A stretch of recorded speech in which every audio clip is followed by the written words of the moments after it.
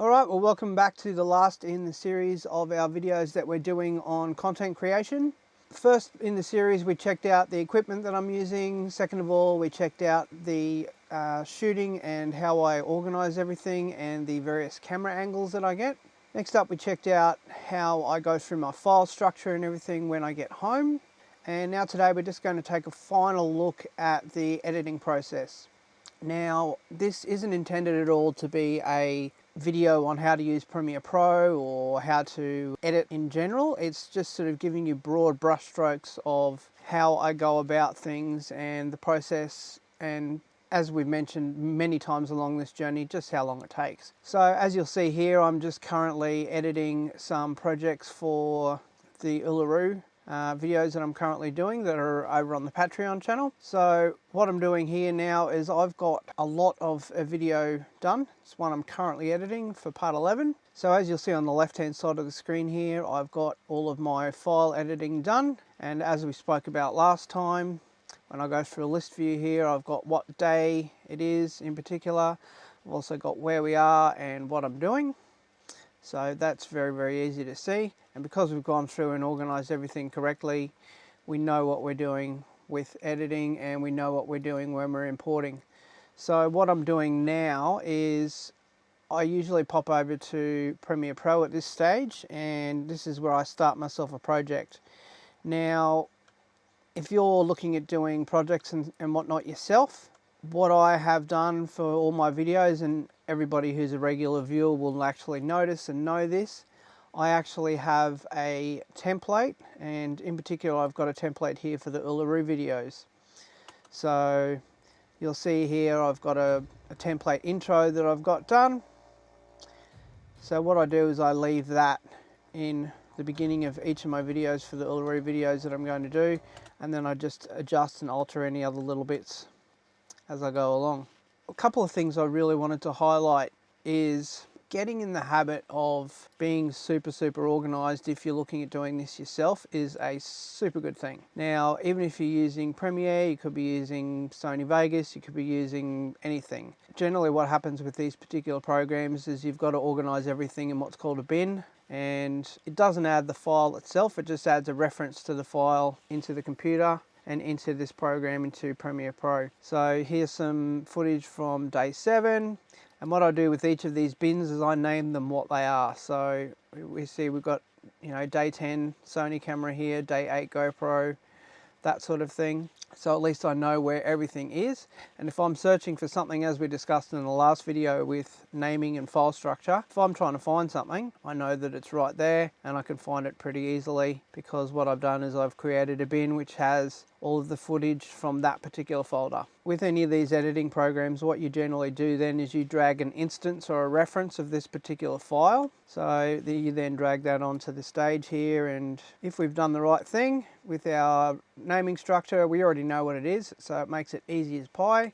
And because I know that this particular here is the Lassiter Highway sign when I'm driving past, I know that I'm going to be driving past at some stage, so I just simply go, all right, well I know that I'm going to be driving past, here we go, that's where I am, driving past there, and that's it. So I'll just go to the point where I'm driving past, easy as pie. And this particular part of the process is made a lot easier by the fact that I've been organised at every other stage.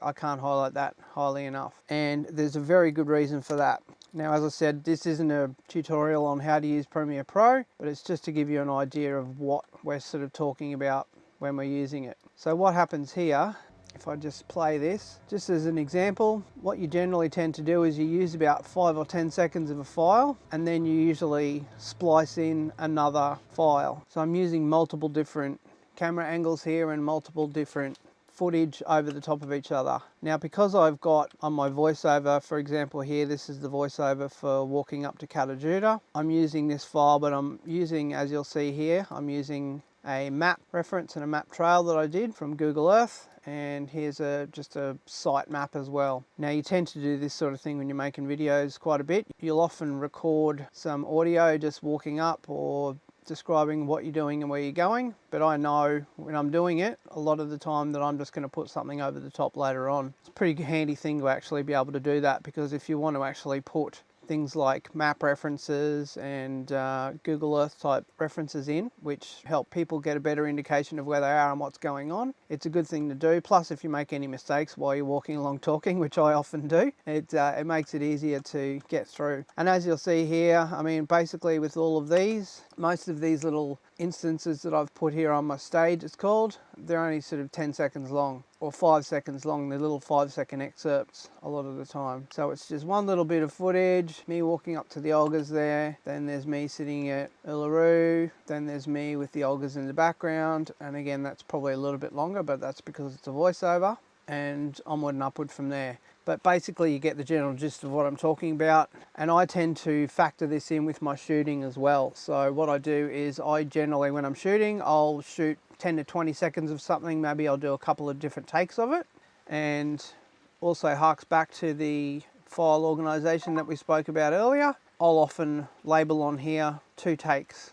I'll say walking up to Uluru or something here, I'm saying, oh, I'm talking about the Unplug Ultimate Adventure bag. With Uluru in the background, I'll say 2 takes. So when I drag that over to the stage here, I know that there's 2 takes. So as you'll see, it all kind of refers over to each other. The other thing that I will do, and it's probably something that's quite helpful, you know, if you do want to do any kind of organization yourself and editing yourself, is I put different tracks on different audio tracks here as well. So what I do for audio 1 is I always leave that for vocal audio. So I know that I've got, there's me talking there, there's me talking there, and there's me talking there. So I know that when I'm putting some music in the background that I'll have to duck down the music there and put it back up on the bits where I don't have me talking. So that gives you a general gist of what's going on. And as you'll see here, this is all of the clips that I'm using on this particular stage. So just here to the point, I haven't even finished editing this particular one. There's probably about 30 maybe different files that I'm editing that I have different excerpts of. So it gives you an idea of just how many different files you actually need to shoot just to get any particular thing done and you know, ready for adding to your edit later on. So this particular process here probably takes me, just for one 8-minute video,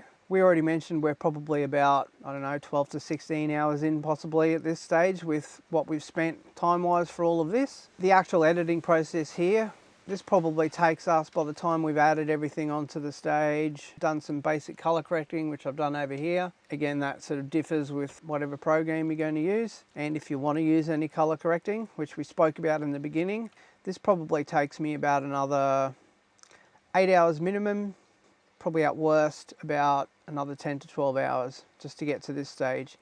And that time is taken up by me going through and getting the best parts of what I want out of my little vocal tracks here, working out if I want to overlay other footage over the top of them or if I don't, how I want to organize it.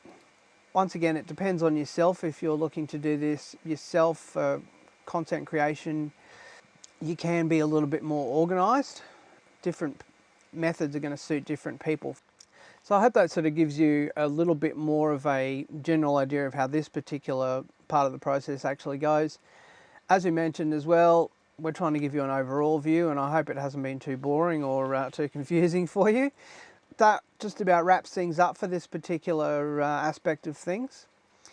We can cover later on, and I probably will create a video in another couple of weeks' time where we actually talk about the addition to YouTube and how long that particular thing takes. At this stage here as well, it's something that, you know, is another time-consuming thing, but I don't really want to go too much particularly into it. I could go through here and sort of let you know about export settings and all of the rest of it as well. That's something that takes a heck of a lot of time to actually work out to do properly. But the great thing about these particular settings and these particular aspects of the editing process is that you can actually get them organized once at the beginning, which will take you a few hours to get done right. You know, knowing what your input footage is and what the sizing of it is, and you know how many pixels it is and how many frames per second it is, etc.